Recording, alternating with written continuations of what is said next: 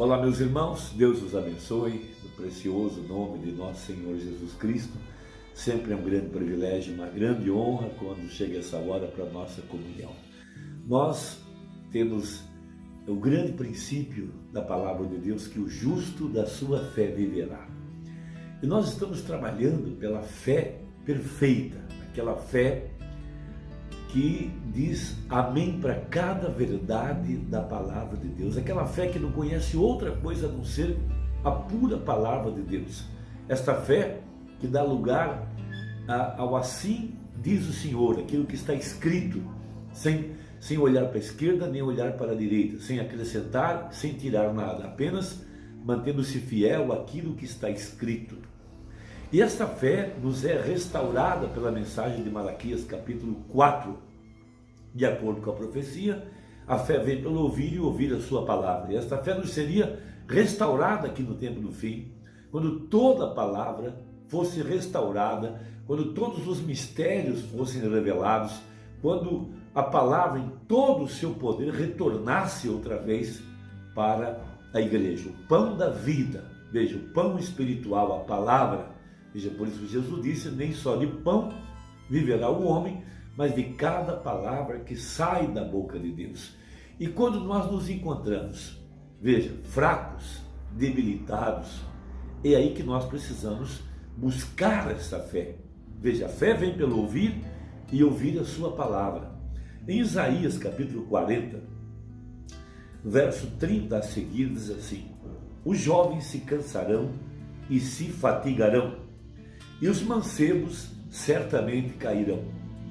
Mas os que esperam no Senhor renovarão as suas forças, subirão com asas como águias e correrão, e não se cansarão, caminharão e não se fatigarão. Por isso, o justo da sua fé viverá, diz a Bíblia. Momona pregou uma importante mensagem sobre esse tema, ou sobre esse assunto, a mensagem chamada Elias e a comida oferecida. Então veja, muitas vezes nossa fé precisa ser provada. Veja, Deus nos coloca em situações para ver se permaneceremos com a palavra ou não, se creremos em suas promessas ou não. E Mamãe então cita o caso daquela viúva lá nos dias de Elias, quando estava debaixo de uma pressão. Veja, havia seca por toda parte, uma grande pressão econômica, escassez de alimento, escassez de tudo aquilo que vinha do campo. Veja, porque Elias havia chamado a seca por conta do pecado de Acabe e de Jezabel. Veja, a nação estava debaixo de um juízo, a nação estava debaixo de um julgamento, e Deus havia chamado a seca. Veja, seca, logo vem as pragas e assim por diante. Então, ali estava aquela viúva. Veja, ela tinha chegado no seu limite. Veja, havia uma última porção de farinha e uma última porção de azeite. Ela e seu filho iriam comer, logo os dois iriam dormir, iriam morrer de inanição. Morreriam, evidentemente, dormindo por fraqueza, por falta de recursos de alimentação.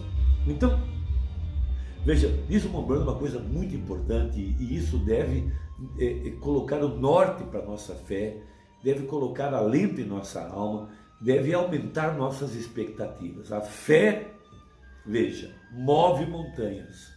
A fé é um dom de Deus. Veja, pela fé, veja, os antigos alcançaram grandes testemunhos. Veja, apagaram a força do fogo, fecharam a boca dos leões. Pela fé tiveram os mortos ressuscitados. Pela fé, veja, tiveram suas necessidades supridas. Fé é um grande dom, um grande poder que está ao nosso alcance. E a fé vem pelo ouvir e ouvir a sua palavra. Então veja, aquela grande companheira chamada fé, eu sempre tenho falado, a fé tem pelo no peito. Claro, isso é uma expressão, né? Quando ela fala, tudo mais cala a boca. Veja, quando a fé diz, cala a boca, então tudo para, porque ela é o chefe, ou seja, a fé toma controle, a fé sabe aonde está pisando, a fé sabe o que vai acontecer, a fé sabe que Deus cumpre sua palavra. Então, referindo-se àquela mulher, ela tinha cumprido todos os requisitos. Veja, ela tinha uma vida limpa, ela tinha uma vida decente, ela tinha uma vida honrosa, ela tinha cumprido todos os requisitos de Deus, ela tinha permanecido fiel ao seu marido, que já havia partido. Ela permanecera viúva, cuidando do seu filho, vivendo uma vida limpa. Veja, mas parecia que Deus estava em silêncio, e esse é que é o ponto. Quando Deus silencia, quando as orações não são respondidas, quando parece que toda a esperança se vai. Veja, Deus faz isso às vezes para testar a você, para ver que espécie de reação você terá. Não esqueça isso. Isso é muito grande. Parece que ele sempre está no último degrau, na última curva, no último gole de água, no último pedaço de pão, no último centavo do bolso, no último fôlego de vida e assim por diante. Veja, se você passa pela plataforma, se você recebe oração, a imposição de mãos sobre você e parece que nada acontece, aquilo não para a fé nem um pouco. Você tem cumprido os requisitos de Deus. Agora, se você o tem cumprido, agora, se você está segurando em Deus, você sabe que seu coração, veja, não te condena. Veja, então nós temos, veja agora, se o nosso coração nos condena, não há necessidade de vir à plataforma. Não precisa pedir coisa alguma para Deus, porque você não tem fé para recebê-lo. A não ser quando você cumpre todo o requisito que Deus requer, então a fé caminha para lá e diz: Deus é Deus, eu tenho cumprido os requisitos. Veja, a Escritura diz: os que esperam no Senhor renovarão suas forças, subirão com asas como de águia, correrão e não se cansarão, andarão e não desmaiarão, como um cântico que diz: ensina-me, Senhor, ó, ensina-me como devo esperar. Por isso a verdadeira igreja está caminhando para a fé perfeita, para um coração sem dúvida, sem condenação, sem talvez, sem eu acho, mas uma fé clara, segura nas promessas de Deus, uma fé que vem do amor por Deus e por sua palavra, da confiança, veja, no que Deus é, no que Deus disse que nós somos, em suas promessas. Veja, seja minha alma lavada no sangue do Calvário, cumpra todos os requisitos, queime todos os obstáculos e diga: agora, Senhor, nada trago em minhas mãos, simplesmente na tua cruz eu seguro. Tu prometesses isso, Senhor. Veja, e essa é a classe de condição, a razão pela qual as pessoas pensam que eu sou um separacionista. Veja, mesmo no quarto ou lá no lado do deserto, é a condição que você tem para entrar antes de se dirigir para este púlpito aqui. Ou seja, separar-se. Porque Satanás está sempre metendo seus diabinhos para tentar perturbar alguma coisa. E você deve estar bem seguro na cruz.